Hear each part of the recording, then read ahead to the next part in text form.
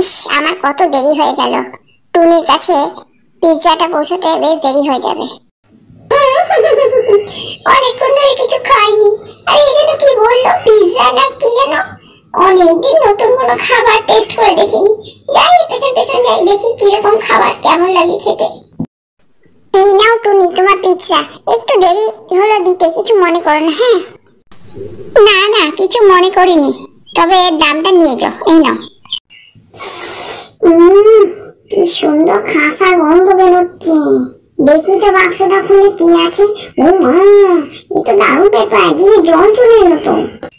হায় হায়, কি কপাল!